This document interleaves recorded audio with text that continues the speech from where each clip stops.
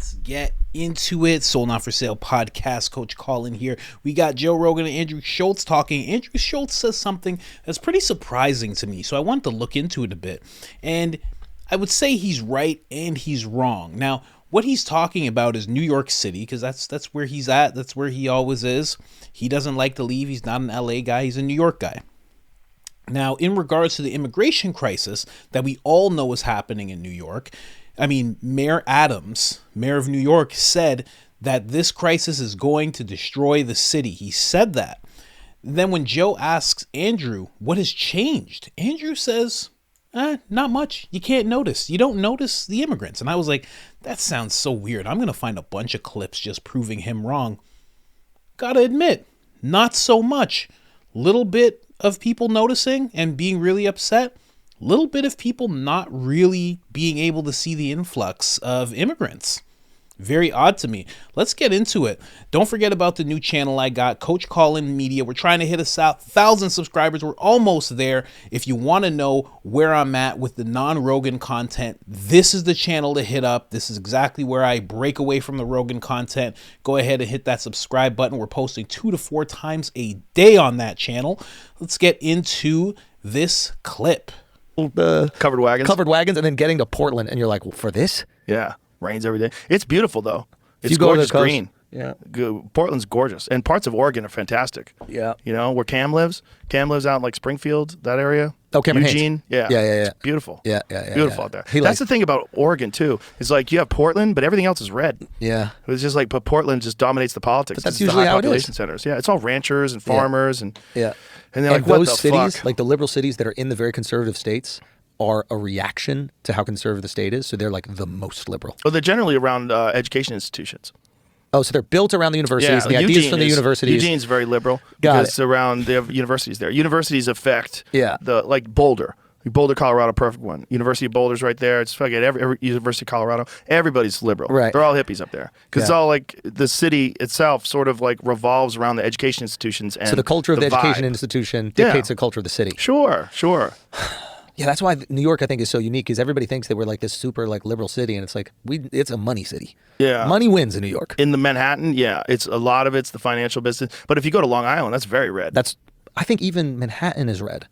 Like all these we're open when it comes to like gay stuff, right? We love our gays. They create great cultural institutions within the city. You like going to Broadway, you like seeing musical theater. Right. They offer a lot. You like the art. You're coming to New York for art. They offer so much. So we're like, yeah, those guys are dope. Kick it. That's awesome. A lot of gay chefs, a lot of gay artists. Gays kill it in New York. Yeah. And they create a lot for us, and we really appreciate it. Yeah. And it's amazing.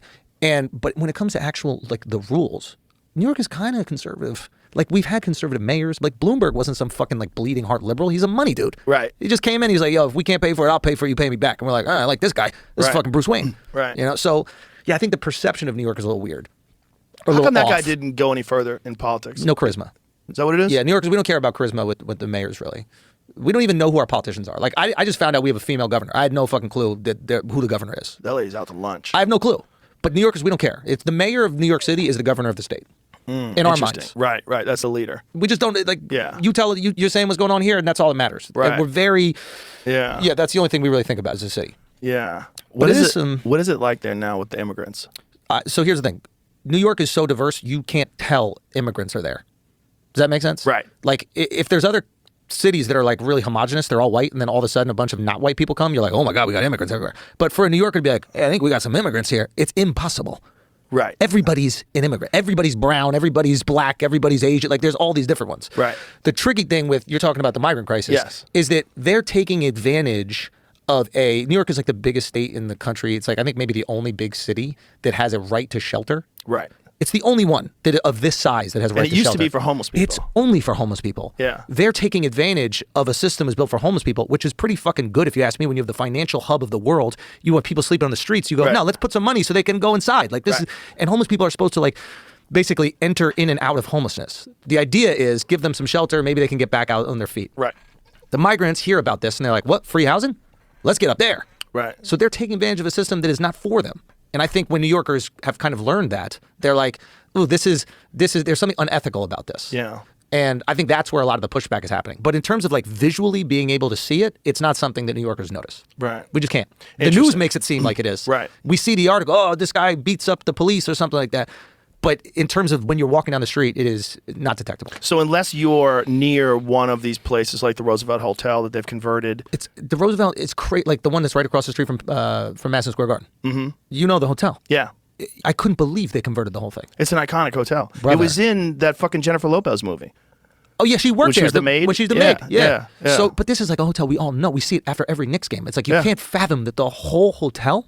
Yeah. So, and also that system that was set up for the homeless was already operating at capacity. And then you increase the amount of migrants into the city by 50%. I think it went up 50% in the last couple of years. Of course, there's going to be this insane overflow, and it just can't handle it. Nuts. It just can't handle it. But they're taking advantage of something that's not for them. So I understand the frustration about it. But is there any kind of pushback to try to put a stop to that? 100%. What are they doing? Nothing. Joe, everybody's doing what benefits them. And the politicians are shrewd. Like, Adams is shrewd. He told the governor, Hochul, I think her name is, he was like, listen, I think we're going to have to shut down a new recruitment class for the police. We don't have any more money because we got all these migrants. I mean, you guys got to do something about that. You got to give me some more money. He got some more money. He didn't shut down anything. So he got more money, and now he's funding everything that he needs to fund, and I don't know if anything is changing. So everybody's playing politics as well. It's Well, wasn't he involved in some sort of a thing where they were giving the debit cards to the immigrants, the illegal migrants, and 50 Cent they were all out. getting a piece? 50 was like, yo, what the hell is going on with this? 50's the best. Yeah, 50 is. He's the best. Bro, we got to hang with 50 sometimes. I only met him once. I met him at the UFC. He was cool as shit. Dude, Back in the day, I interviewed him. Wait, really? Yeah, for the UFC. And it was real quick. It was, like he was a celebrity sitting, cage side. Bro, dude. He goes all in, bro. He goes all in. We hung out in Boston once, and he was telling me like hood stories from Queens because he was like really in that life, and it was like blowing my. It was like somebody explaining The Godfather to you if you've never saw the movie. Wow. You're like, this happens. This is real. Yeah, just like he's a fucking man. Anyway, how come he's never been on your show? I want to get him on. I mean, we just connected for the first time when I was doing the shows up in Boston. He was there as well. And but I want him on. He's a perfect podcast guest. Oh, dude, he goes all in. He goes all in. That shit on the Breakfast Club with him about Diddy, bro. And he's been that way forever. You know that, right? Yeah. He's like, why is this guy trying to take me shopping? Yeah. What? What the fuck did he just say? What the fuck did he just say? And did you see what Diddy went on? He goes, I was just trying to be nice. I thought he wanted some clothes. He goes, I thought he needed some clothes. That's like a subtle jab too. That was funny. But, a little bit. Yeah. But also like, what? Dude, them going at it is just, but hilarious. You can't. 50 is one of those dudes where it's like, if 50 don't like you, I got to hear him out. Yeah. Yeah. I got to hear him out. Yeah. He might know something. Right. He might be onto something. Yeah. He's wild. Yeah, we got to go to dinner at 5th. Yeah. Right? He's wild. I like when they were going after him for some financial support or something like that. He said, I'm bankrupt. Yeah. He's like, I don't got it. I don't got it. What? $400 million deal for fucking vitamin water. The next fucking Instagram post, he's got a Bentley. He's smart, dude. He'll play the system. Yeah. He knows how to do it. Yeah. It's hilarious. Let him write all the articles. Oh, 50's broke. Whatever you want. Whatever. And he's got his dudes from day one with him still. That's something I always think is really cool. Yeah. That's important. Yeah. When are you coming back to New York, man? I don't know. I'm going to be there for the UFC in Jersey. All right. That's in June, I guess. Okay. Yeah, I'll be there for a little while. Okay, good. You don't miss it at all? Any place you miss? Nope. Not a single place? No, I'm not like a misser kind of of guy. What about foreign, like a place that you want to go back to? I like going to visit places. Yeah. Yeah, I like visiting places. But it's like, I love Texas. Yeah. I love being right here. Yeah. Like right away. I was like, ooh, this is it. This is the spot. Yeah. It's a perfect balance for me. Yeah. I love it. Yeah. I really do. I miss what LA used to be, but I think we've done that and more at the mothership. Yeah. What LA was for me was my friends, it was the life that I lived, the people that you communicated with all the time, and, the Comedy Store. And you built that out here. And we built that out here. Yeah. And we made it even better.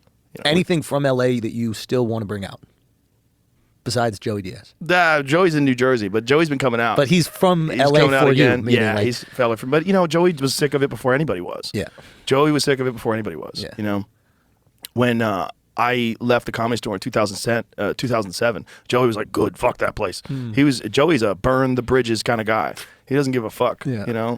And he was the first guy to I think he moved to Jersey early on, man. Like right around the time I was moving to Texas, he was moving to Jersey. He's like. Joey Diaz, the king of New Jersey. If you haven't heard, if you don't know, he's the king, kind of. In the Rogan sphere, he is the king of Jersey. But I let that run a little long because I like that little Diddy part that they went into. 50 Cent has been going at Diddy for years, way before this. Years, calling him a fruit pop and all sorts of weird stuff. And he was so adamant about it. He's like, I know what I'm talking about. I even played it in another video when I was talking about the situation.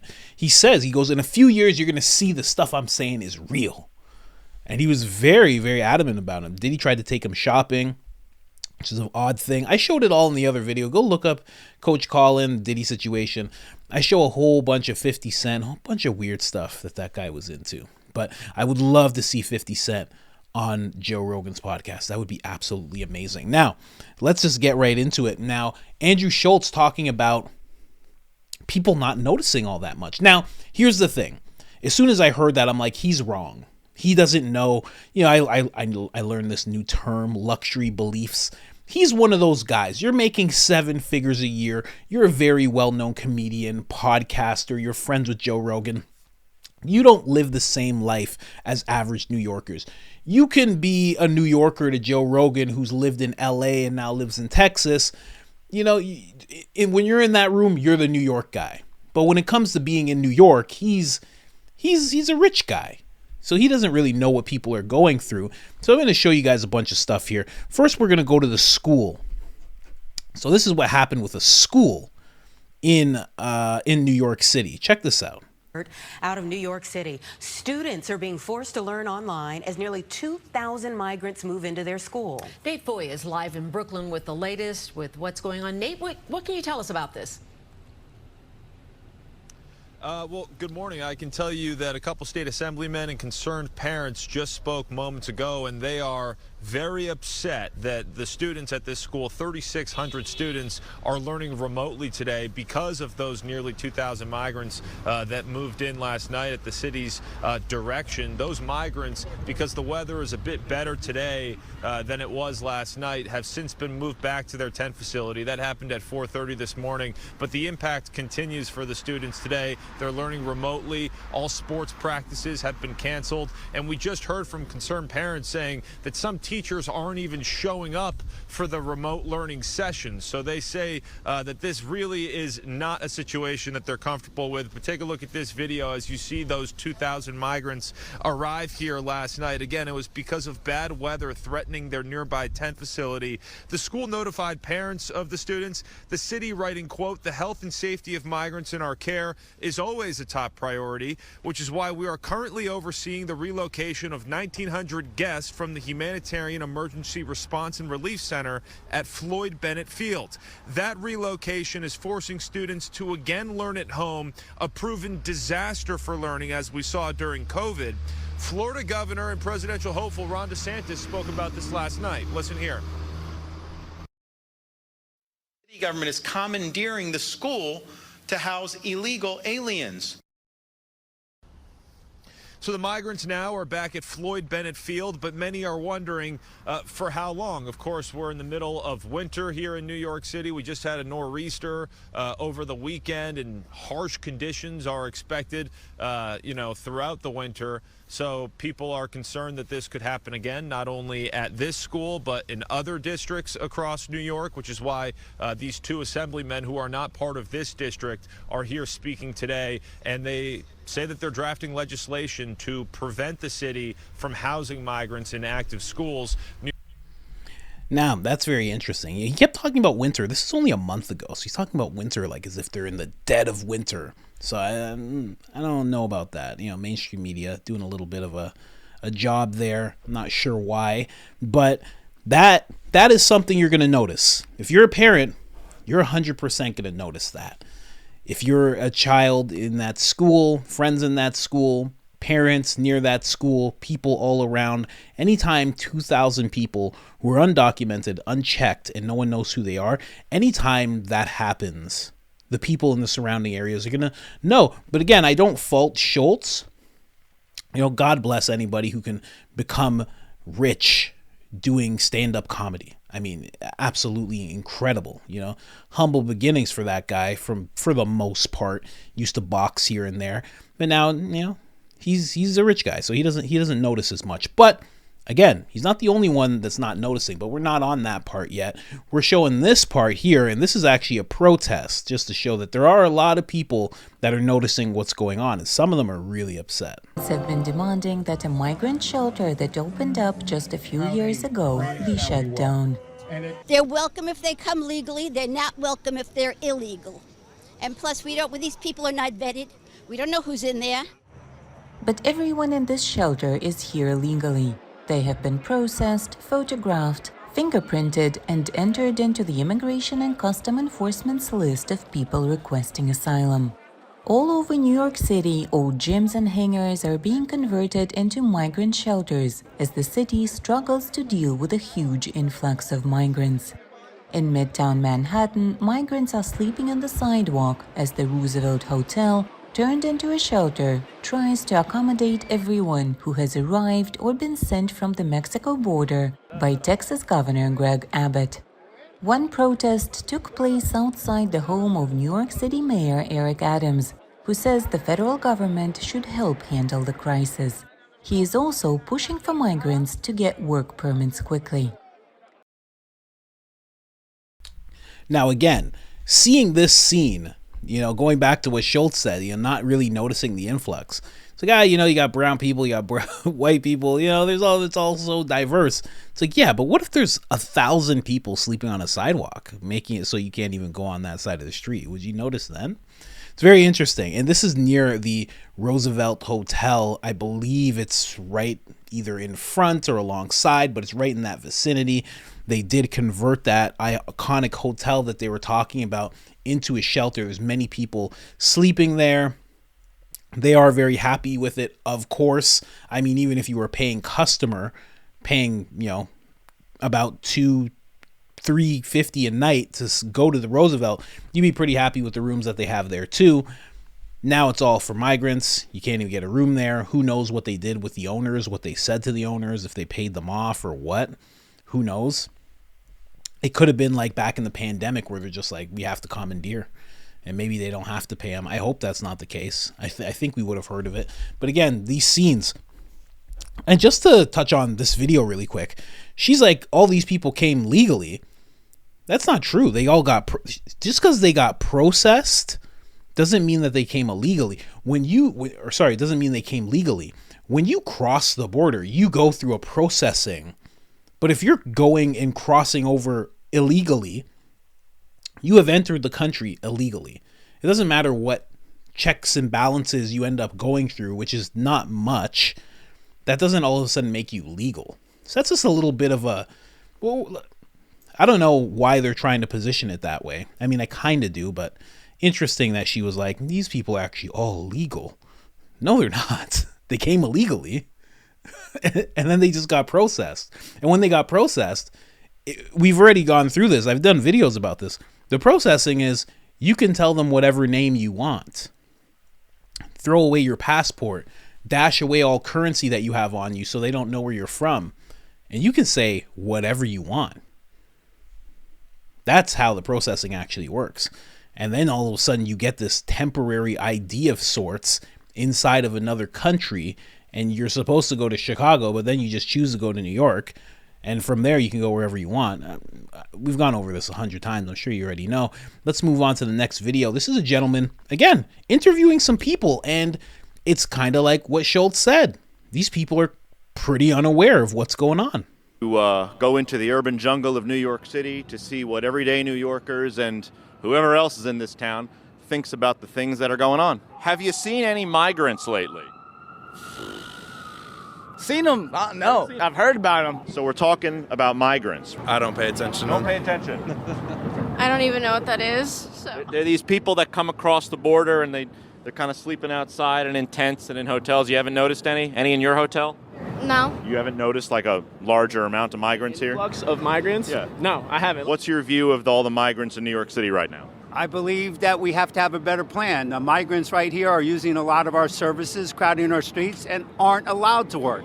It's a desperate situation. I don't think we have the capacity to hold all those people in a sense, but it's also like we can't just leave those people. So I don't know what we would really do. A lot of the migrants are staying in hotels around here. Okay. For free. For free? For free. Damn, that's a nice little deal they got going. Do I like that? I would say no. I don't. I would say I don't. You know, here in New York, we're going to spend $53 million to give all the migrants $1,000 a month. Dreadful. Dreadful? That's your money. Make this man the president. I'd like $1,000 a month. Yeah, me too. And did you see that terrible video? Sorry guys, can't play that video real quick. Skip over this. But as you know, there was a police officer assaulted.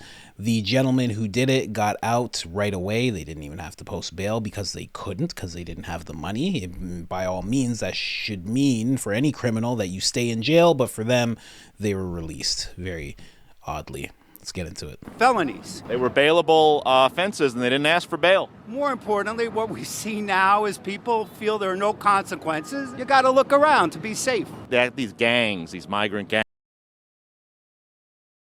Again, another wild scene that I cannot show you. Somebody is getting pulled by a moped and then they end up hitting something and letting go of it because someone jumped on their moped, stole their stuff. It's very odd. So what the migrants do, it's the old stuff that you see. I don't know if you ever watch in South America what they do. They'll just roll up on a motorcycle or a moped. They'll grab your purse and then they just keep on going. This person actually held on to their purse or whatever they were trying to take. They got drug a little bit and then they actually hit something and ended up letting go because they were unconscious. Yeah, normal behavior. They'll drive past you and just take your stuff like that. The police just let them out of jail. Can't do anything about it if the police don't do their job. Are you a migrant? Yes. Where are you from? I'm from Senegal. Yeah. When did you arrive? 29th. 29. Friday. Te llama? David. It's muy bonita? Yeah? We're outside of the Row Hotel. A lot of migrants in there, including our friend David, who we spoke to earlier, who said it was very nice inside. You live here? You like? Sí. Es bonita? Sí, es bonito. Yeah? ¿Cómo te llama? Carolai. Carolai. Nice to meet you. The migrants are being... This guy's trying to go on a date. I understand why, though. I'm just saying. It's interesting that there is such an aggressive voice because I don't know if you guys can tell from his microphone, but this gentleman works for the New York Post. Usually think of them as a rather left-leaning type of publication, but this guy's kind of, you can tell what side of things he's on, you know? Now, just moving on, there's another thing that happened.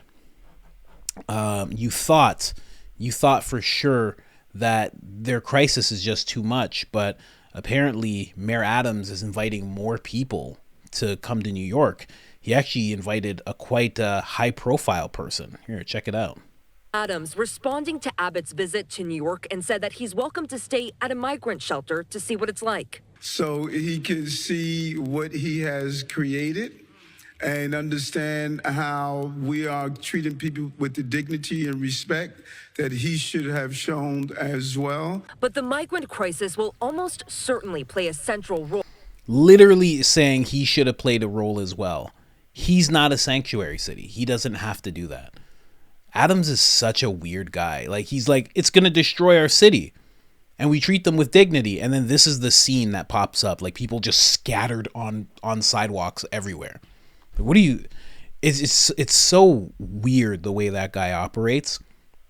And again, before all this even happened, before it got to this critical point that it's at now, he was trying to put robot police on New York streets. He was trying to govern how much meat we eat.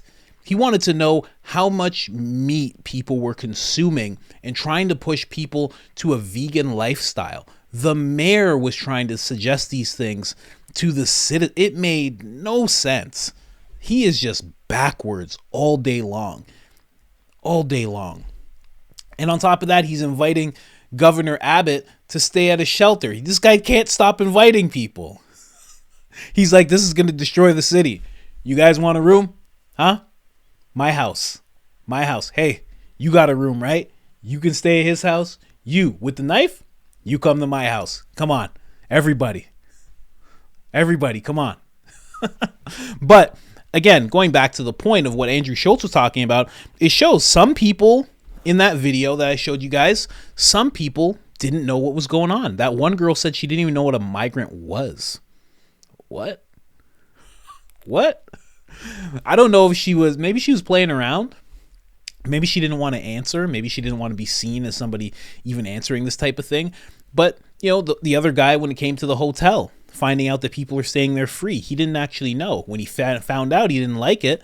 But I guess there's some people who actually can't tell that anything is going on. I find that very interesting. It's very hard to miss. Extremely hard. Like, how do you, I don't know. It's very interesting, but I guess it's really not hitting everybody the way that we all think.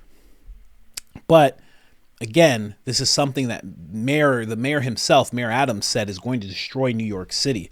So it's just very interesting. And then the last thing I'll point out is that Andrew Schulz said that this housing thing is for homeless people because of what's going on with the immigrants. And of course, this is how all citizens of America are being shafted right now. The immigrants are the top priority. Like I even showed you in that clip, they said the illegal immigrants are the top priority.